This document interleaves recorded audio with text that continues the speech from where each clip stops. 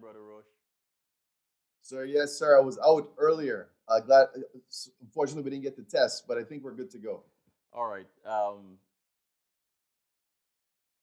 Welcome again. This is part two, right? Part two of Yes. your five-part series. Yes, we're And going to continue. what what Yes. is what is your topic this afternoon?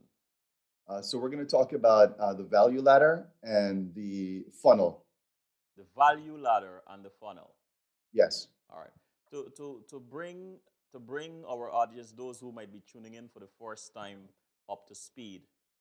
What is it you're doing and why? Sure. So what we started last week was talking about digital marketing insights, Mm-hmm. talking about being able to utilize the internet. And everyone says, yes, you can create a Facebook page, you can create a website, and you can make that happen. But specifically, how do we do it? What are the elements that need to be in place to make that happen? And that's what we've been tackling. We talked last week a lot about the importance of a website. We talked about tools. We talked about the importance of SEO and lead generation. And today, what we're really going to do is try to make that more applicable as it relates to practicality in your business. And specifically, well, how do we make that happen? What are the fundamentals that need to be in place Mm-hmm. to make that happen? So we got to get started. We have to do the sharing of the screen. Yes. All right. Are we live? We are live. We are live. All right. Excellent. Well, let me do that. Let me just pop over here and share my screen Mm-hmm. and let me know when you can see my slide. Your slide is on. Excellent. Take it. Excellent. Take it away, brother. All right. Well, thank you. Thank you again, Selwyn. Really, let's just dive into the meat of the matter. And I want to say that in many cases, Selwyn, whether it's an offline business, whether it's an online business, there's successful companies out there. And the reason they're successful is because they have what we call funnels in play. They've got multiple funnels that are working behind the scenes that make the magic work, that make the business work. And we're specifically talking about this from a sales and marketing angle. And it's really important that we spend some time fleshing this out. Lots of people build different types of websites.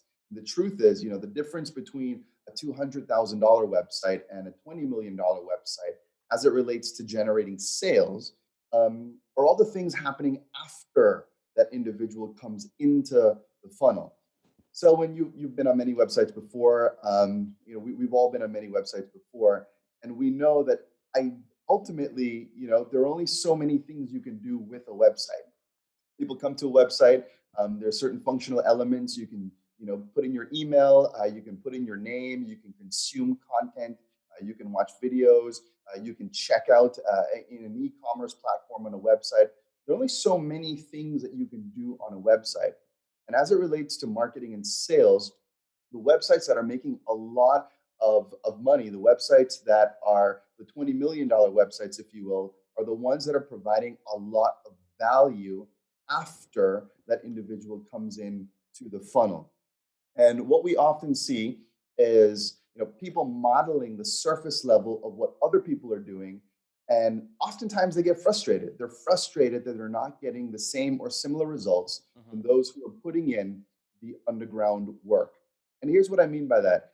There are a couple of very enterprising individuals out there, lots of enterprising individuals that seem to just be expanding, that seem to be moving into new verticals and new territories and new niches, and or they've created a business and they're opening another location, and they're going across the country and opening somewhere else, and you've got people who are watching on going, geez, how are they doing that? How is that even possible? I'm trying to quote unquote follow their footsteps.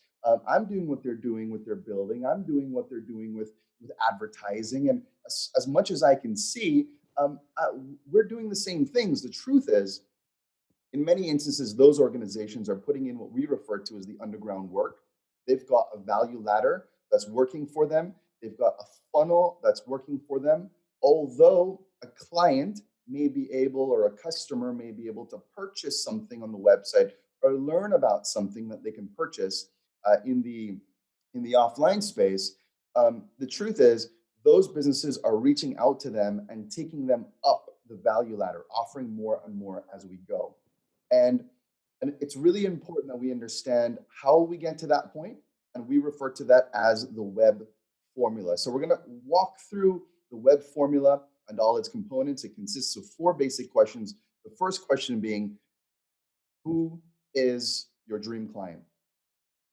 Who is your ideal client? Ultimately, who is it that you want to work with? Now, I know a lot of folks, they'll start with the product, they'll start with the idea, and that's important, and that's great. But many folks are really not thinking about, well, who do we ultimately want to serve? Who do we want as clients, as customers, as vendors? Who do we want as associates? Who are the folks that we're going to be interacting on a daily basis? We need to have an idea of who these guys are and who will be serving. Because here's what happens. I love this slide. If you don't consciously choose your dream client, one day you might wake up working with people who exhaust you, wishing someone can fire you from the very business that you created. Isn't that And the I know truth? it's the case for a lot of folks in the service industry. Folks, you had Yang on the call just now. Folks in that industry who are working with people, who are building websites, who are building apps. Oftentimes folks are not thinking about, well, what is the target demographic that I want to get in front of? And it's really important that we understand who those people are, because you can get to a point of frustration if you're not being strategic and you're not being careful. So that's question number one. Question number two is, well, if you know who they are, number two is, where can you find them? If you don't know the who, it's going to be very hard to find out the where your ideal client will be found. So you got to ask yourself questions like, well, where do they hang out online? Are they on Facebook? Are they on Instagram? What groups are they a part of? What interests do they have? Because with what you can do today with digital marketing, with what you can do today with Facebook targeting and the ability to hyper segment and hyper target, it's very powerful.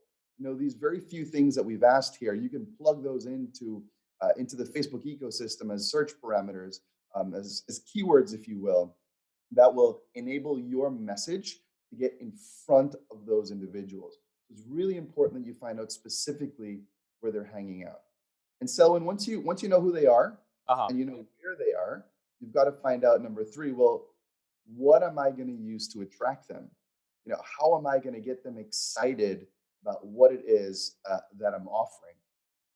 Because that attraction, old school marketing will refer to that as the lure or the bait, if you will, just something that you put in front of people that gets them to raise their hands. I prefer to use the word attraction, and that could be anything, right? So think about your own business. Think about entrepreneurs that you know. Think about what could you offer as something that will actually be of value to individuals, something that will attract them. It could be a physical book. It could be an ebook. It could be a CD. It could be DVDs. It could be an audio recording, a ticket, a sample of what it is that you offer. It could be a discount coupon. It could be an entry into a raffle. I know in many service-based businesses as well, they'll focus on that first free consult where you're not paying for anything, but someone's going to give you some clarity and map out the way forward in your business. Rosh, Anything Rosh, if I may, Rosh, if I yes, may interrupt there and ask a question, because I have seen over the years, I've seen lots of companies offer something free, and I personally used to think, well, these companies are just trying to lure you in right, and resist that. So I was of the belief that the majority of people think that way, that if something is free, then it's too good to be true, and they will turn away from that company. Is that right. is that true? Yes. So here's something I always come back to. In many instances where there are very good intentions, Gary Vaynerchuk said this. He said, "Marketers ruin everything." And what I mean by that is sometimes we hype things up so much that it now looks like it's too good to be true. Hmm. And then the people that are watching, we refer to it as your BS radar, right? We all know what BS stands for, right? Yes. You've got your BS radar where it's just off the charts and something's not right there. That claim is too big. That claim is too hypey. That thing that they're trying to give me, It probably doesn't look like something of value, although the headline caught my attention. I'm not sure that's for me. So when you actually look at the data, when you do this right, Selwyn, and you lead with value first, and you say, hang on a second, I'm not going to try to sell somebody something ultimately. Yes, I will, but if I can help them solve a problem and understand that individuals want to be educated to, they don't necessarily want to be sold. Um, Once you put those things into play, you create something, you put something out there that is value driven, that is genuine, that has genuine intent, and you will find that people sign up for it, and that's the entry into the funnel. So it works, but it's got to be aligned with who you are as a brand. It just can't be too salesy and too hypey. Gotcha. There must be a balance. Absolutely. Mhm. Absolutely. And the other key thing is the bottom portion of what you're seeing on the slide, which is that it's got to be something your dream customer actually wants and pays attention to. I've seen lots of folks give things away for free just because they have a surplus of it. I've seen people bundle things together, buy my one ebook and you'll get 15 ebooks for free. That may sound enticing, but the truth is your customers, your ideal client, ultimately driven by that type of bonus, or do they want something that's more relevant to them? Right? Quantity doesn't necessarily mean quality in this case. Mhm. All right. And number four, what result do you want to give them? And I think many times we see a lot of folks who overlook this. They're not thinking about, what level of transformation do you want to be able to give your ideal client? Because a business is not just about the products or the services that you offer. It's about the results you can get for your clients. There are reasons we purchase certain things. If we think about our own behavior, it's because it's going to get us to a certain place. Whether that certain place is actual utility from that product or service, whether it's a feeling that we've been able to, be able to afford that product or service, and we get a feeling, we've got to think about ultimately what that result is. And if we know what that result is, then we can use that as benefits, as features in the copy of the ads that we release on Facebook and around the internet. So it's really important to think about the results. And once you've got these four questions mapped out, Selwyn, it Mhm. takes you to what we call the value ladder. And this right here is so important, the value ladder. It's the first thing that you build out before you start working on the sales funnel. We'll come to the sales funnel, what that looks like, and how you can leverage that. But most people are skipping this. They're not mapping out their value ladder. And this is why you can have very small companies, small in terms of its optics, but huge in terms of its revenue. Yeah, there are massive companies out there, Selwyn, who do massive amounts of sales, and you've got to realize it's not how much you make, it's how much you keep. Ah. And the truth is, you can map out how much it is you want to keep if you know your numbers, if you know your acquisition costs, if you know how you're bringing people into your funnel. And that's where the value ladder comes in. This is an incredibly powerful concept. And because of its simplicity, many people overlook this. Simply put, that value ladder, it's how you take a customer through your product. That's it.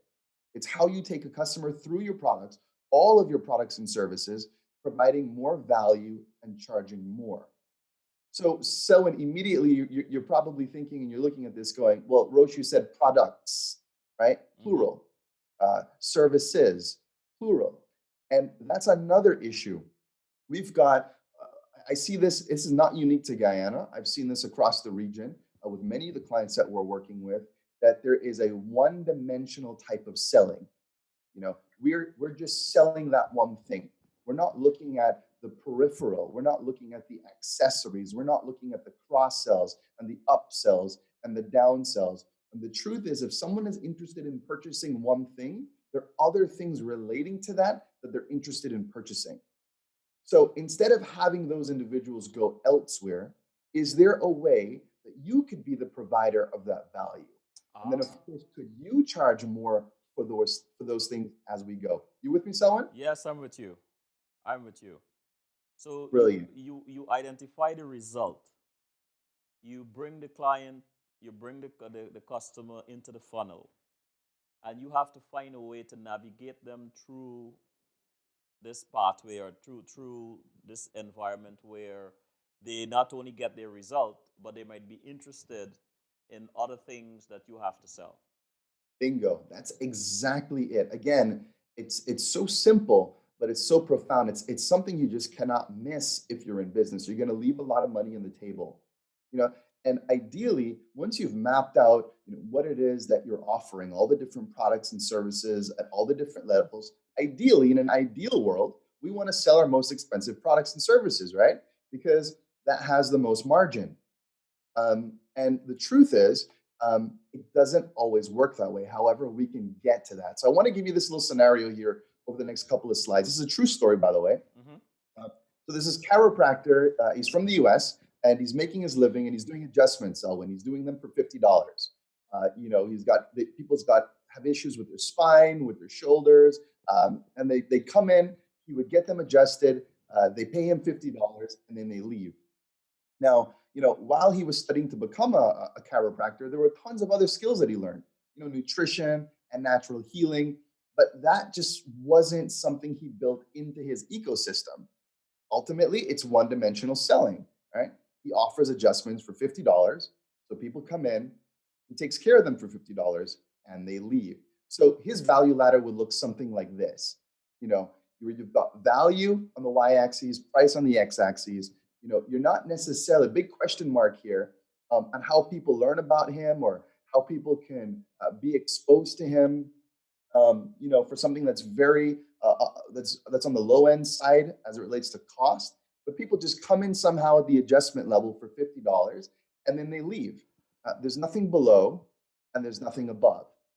So this is what his value ladder looks like. And one of his biggest clients, it was a football team. Uh-huh. And this is a true story. This one player on the football team realized, hang on a second, we're spending a lot of money, guys, on this one chiropractor, and he seems to be doing the same adjustment. So let's go to YouTube. Let's figure out how to do that same adjustment, and let's start doing it for ourselves, right? And 2 months in, these guys stopped going to him, and because that was the primary client, his business completely dried up. Now, of course, I would never recommend that people do this, right? You shouldn't just watch something on YouTube and try to fix yourself. I mean, you should seek, professional guidance from a professional and specialist in the field. But ultimately, that's what they ended up doing, and his business completely dried up. So it forced him to really think about what else could I do. So he looked at other ways he could provide value for his clients, which means that they would have to give him more money for it. And ultimately, he created a wellness program.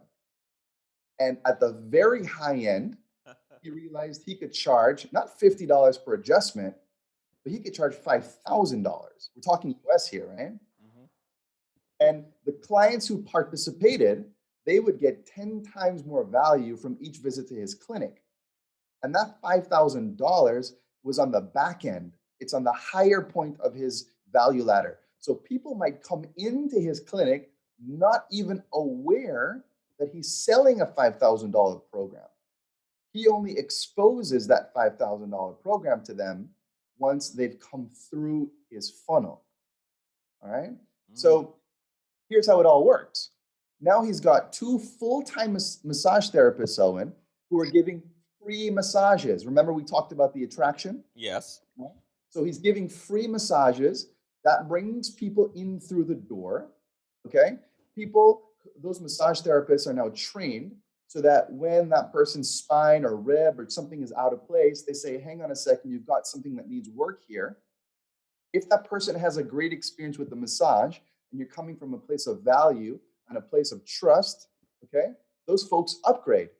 They upgrade to do those adjustments.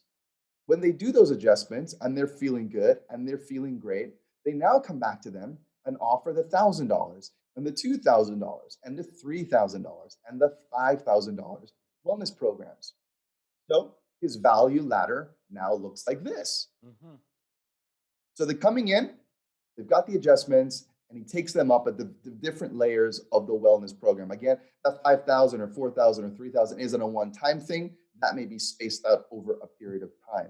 But because of the positive experience, now he's exposing people to something that's very high end and very premium. Is this making sense, Owen? Making a lot of sense.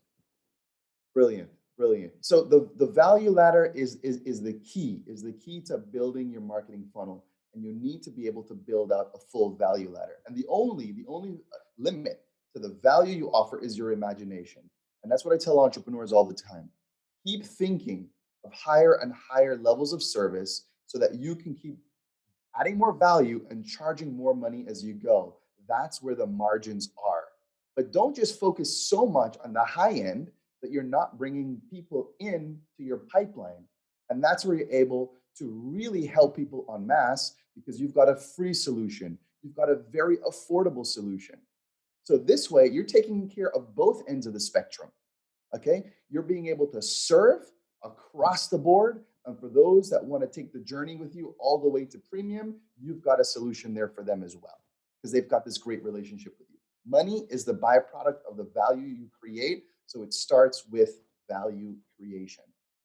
That's key. Money is the byproduct of the value you create. So we talked about the value ladder. Let's now shift gears and shift focus to the funnel. And this is ultimately what it looks like. Again, you'll see the old school bait on there. You know, I prefer to use things like words like attraction, but ultimately we say it's a funnel. It's wide at the top, the one on the image there, on the right there. It's wide on the top and narrow at the bottom because people will drop off as they go. Fewer and fewer people will raise their hands to take your most high-end premium option. So instead of trying to convince someone to buy the most expensive offering right away, we build a funnel and it does two things. Number one, it provides value to each customer at the unique level of service that they can afford. I know a lot of individuals, Selwyn, who want to work with people, who want to buy certain products, who want to be able to afford certain things, but ultimately they can't afford it. And because they can't afford it, they go elsewhere. The truth is, if you are able to offer something that can bring them into their funnel, that could turn into them being able to afford your product and service down the line. Okay. So And again, number two, it goes back to you your make imagination. exactly, Mhm. exactly. Just think it through. What can I offer these individuals? And as I like to do, I just ask people, what can we do to offer more value? Where are the pain points in your business? So if you've already got clients, you've already got people in your ecosystem, sit down with them. If you're a good service provider, you're constantly checking in for feedback. If you're a good service provider, you're constantly trying to find out how you can up your game. And in those sessions, in those consultations, you can ask those individuals, well, listen, if we were to offer a product or service that can also help you, not necessarily along the lines of what we're doing right now, but related to what could that thing be? And that can open up your mind to a whole new revenue stream. And that's exactly what's happened to us. How we've gone from being a solopreneur to social rank to masterclass to Franklin Covey, and now a whole bunch of other opportunities in front of us. And it's what we often say, to succeed in business, you just have to be in business. But look at the information in front of you and go out and seek that information from the clients you already have. And number two, what it helps you to do, it helps you to make money and be profitable while identifying your dream clients who can afford the highest offer. And this is what it looks like, Selwyn. Mhm. You've got your ads that are out there, the attraction that's out there. You've got your freebie. We don't refer to it as premium. We refer to it as freemium, right? Because it's powerful and it works. And then as you take people through, they come through your front end, your middle, and your back end products.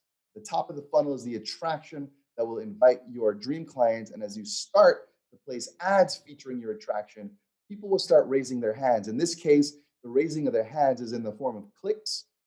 It's in the form of them typing in their name, an email address. It's in the form of taking you up on your front end offer. So the deeper your funnel is, Selwyn, the more things you can offer your clients, the more each customer will be worth to your business. This is the case with restaurants. They've worked out the numbers. There are reasons they can do free meals. There are reasons they can do deep discounts because they know if they blow you away, yes, they'll lose on the front end, but you're going to come back wanting more. And they've got an entire array of things that they can expose to you. And this is what more businesses need to have in play. Because the more that customer is worth to your business, the more you can spend to acquire them. Now, I don't want to get too technical into cost per lead and cost per acquisition. I think that's something we can talk about as we go. But ultimately, as a business owner, you want to know your numbers. How much did it cost to bring that person into your business? If you know that, and if you know your profit margins between the first exposure, second exposure, third exposure, fourth exposure with those individuals, if you can map out what your numbers are, what your margins are, because you're looking at the numbers, well, you'll figure out exactly how much you can spend to acquire them. I mentioned restaurants just now. This is the case with fast food places, Selwyn. Yes. You know, when you look at places that sell chicken and that sell burgers, do you know that they don't really make a whole lot of money on the chicken and on the burgers? They've mapped out the numbers. They know that people are coming for the chicken and the burgers, but where they ultimately make money, where they get the biggest margins, are on the fries and on the drinks. This is why Oh. people will always try to sell you a combo. This is Oh. why they'll always try to supersize you or to ask if you want fries with that. Would you like the combo with that? That's where it is. They attracted you, they brought you in for the burger and the chicken, but they're really making money on you with the fries and the drinks. Ah. What about Kimberly Clark? We've all seen one of these before. Uh-huh. In every washroom that we've been into, we've seen one of these before. Again, Kimberly Clark understands their clients. 90% of the time, they'll give this away for free. Okay, so they're actually losing money on the front end. And this is why we say you can get rich by going broke on round one, but getting rich on round two, three, four, and five with the client or with the customer. You see, they've mapped out their numbers. Kimberly Clark knows that if we offer this to our clients for free, they're going to put this in their washrooms. It's got our branding on it. And guess what? They need to buy the paper towels from who? From us in order to keep it. And the minute they change providers, Kimberly Clark will come right back in and they'll take this from you. All right? Because that's part of the agreement. So again, these companies have mapped out their numbers. So we really need to be thinking, as small business entrepreneurs, we really need to be thinking, well, hang on a second, what can I do to get massive exposure so that I can get people in my funnel? And then I can be more selective with who we work with. If you're in the service industry, or if you're in retail, or you're in commodities, you'll be able to offer them more and more things along your value ladder. Now, we talked about at the very beginning this being about digital channels, so I'm going to bring it back to the internet. The truth is, the internet does not sleep. People are browsing, people are filling out forms, people are buying products. We just went through Black Friday, we've got Cyber Monday just in front of us. Things are going insane on the internet.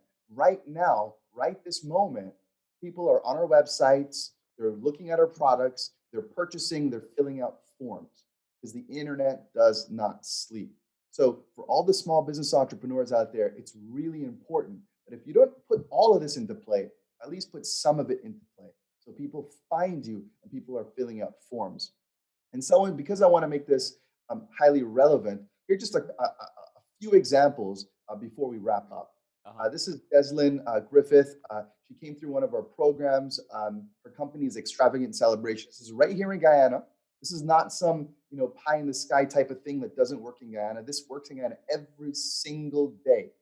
In 3 days, she did 20 orders. Okay, 20 orders.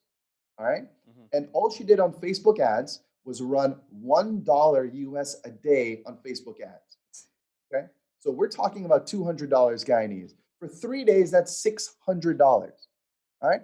She spent $600 on a media platform and made $65,000 in sales. This was for Valentine's, I believe, and she was doing these chocolate dipped strawberries, and it was beautiful packaging.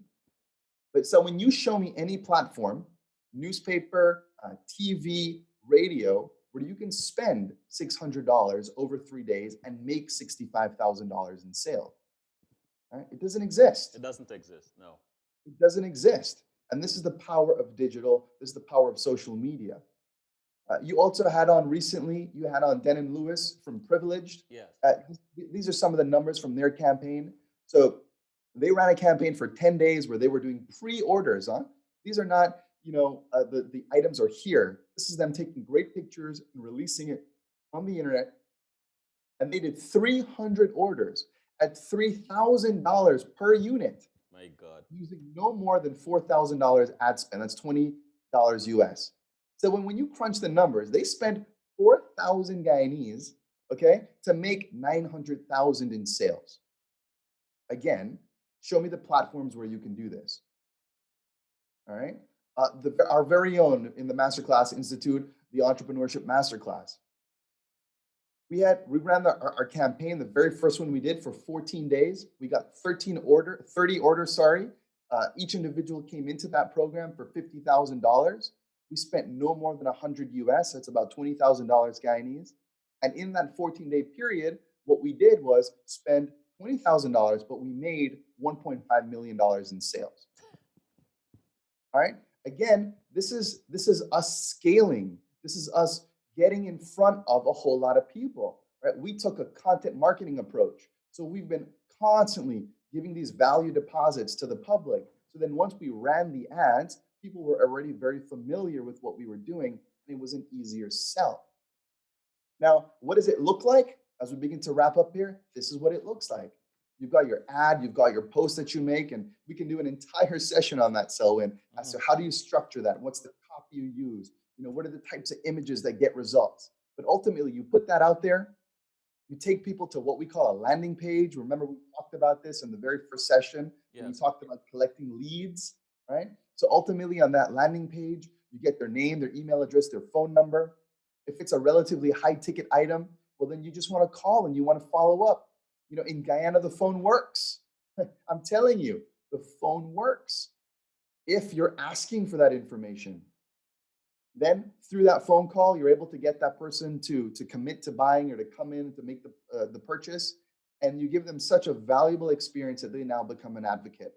And what they do is they go out on your behalf as a brand ambassador to say, hey guys, I had such an amazing experience with this company. You guys should check them out.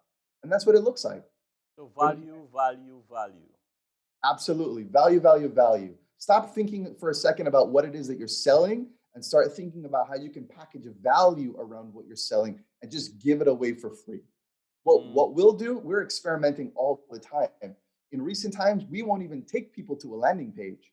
What we'll do is we'll take people to a direct video.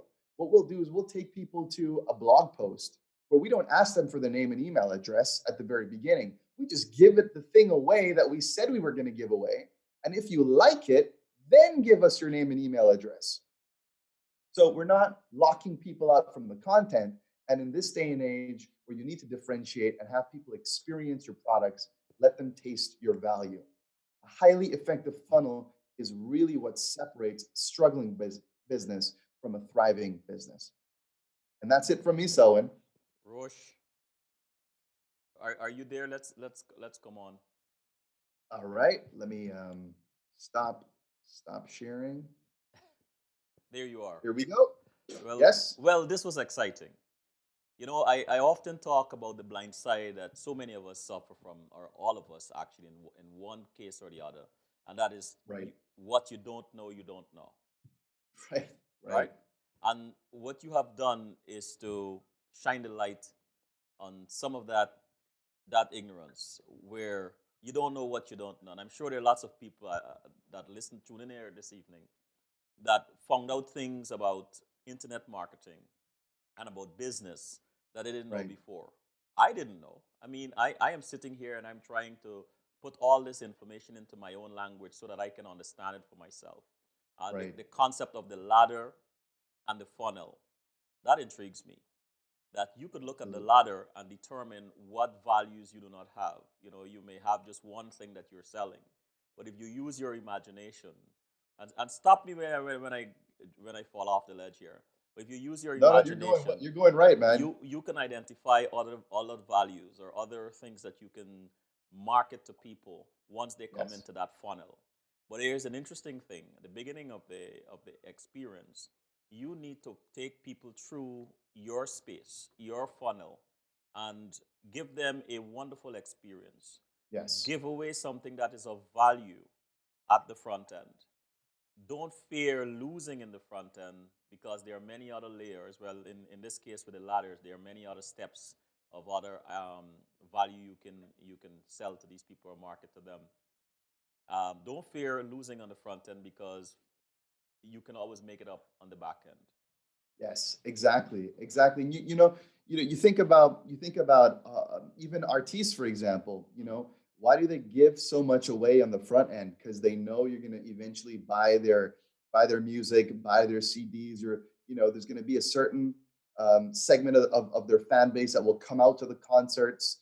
There will be a certain segment of those people that come out to the concerts that buy the VIP and then the VVIP. So when you really start to think about the value ladder, you start to see it all around you. And it really makes you think about, well, how can I implement this in my business? So And giving is power. Giving is power. absolutely, absolutely. You don't oversell. You don't try to bait and switch people. You use your imagination, identify something, things that are of value to people, and you give it away. You find And that's why selling, so many people have this negative perception of selling, Mhm. because people have done that for so long. They've done the bait and switch for so long. You've got individuals who are just trying to push you into a corner, who are just trying to get you to the point of signing on the dotted line and giving me something. And oftentimes you feel they care more about the customer transaction than they do about the customer.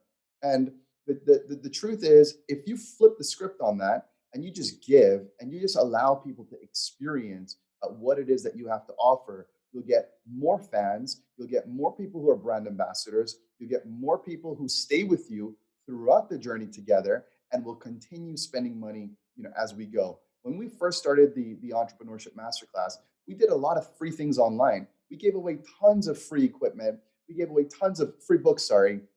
And although people came through what was then our highest program, Selwyn, people kept calling for more because it was driven by this value first mentality. So now we've got the entrepreneurship masterclass level 2 and level 3. Again, providing more value, but people are happy to stay with us throughout the journey because of what they're receiving. So there's just so much opportunity for this. I gave a workshop very recently with the GCCI, and we were talking about just what people sell, like glasses, something as simple as a glass that we drink in. And you think about those individuals who are buying that, and you have to realize, well, what else do those folks want? If someone's going to purchase, a glass, a drinking glass, what else do they want to offer? What else do they want to buy, and how can we offer it? How can we bundle it? Do they need a saucer? Do they need more? Do they need a mug? There's no limit to what you can offer. And again, it's the folks that really take the time to sit down. So if there's anything, Selwyn, that I leave today, just to sit down and think about the full chain of what you can offer, the full ladder as it relates to those minimal cost, if not free products, all the way up to the super high end products that've got mass margin. the sky is the limit. Rosh, Sky's the limit. what are Sky's we the limit. what are we going to be talking about next week? Brilliant question. So next week we're going to dive a little bit deeper into the actual marketing. So we've set the stage for the website. We've set the stage for why it's important to be on Facebook. We went through those numbers. Today we talked about the value ladder and the funnel. So next week we start talking about how we actually build this out. When you're launching an ad on Facebook, well, how do you do that in a way that saves you money? How do you do that in a way that brings your costs down and gets it exposed to more people?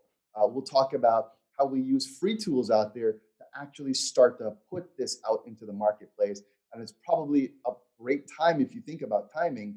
We're coming up to that Christmas season where there's a lot of consumer spending. Again, we just had some of that on Black Friday. It's a good time to start to implement and put these things in play. Rosh, thank you, my brother.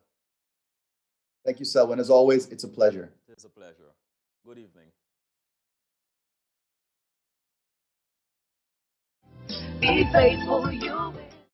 Artists in Direct Support presents the Flame and the Ribbon 2017. Join us as we celebrate our silver anniversary, 25 years of HIV.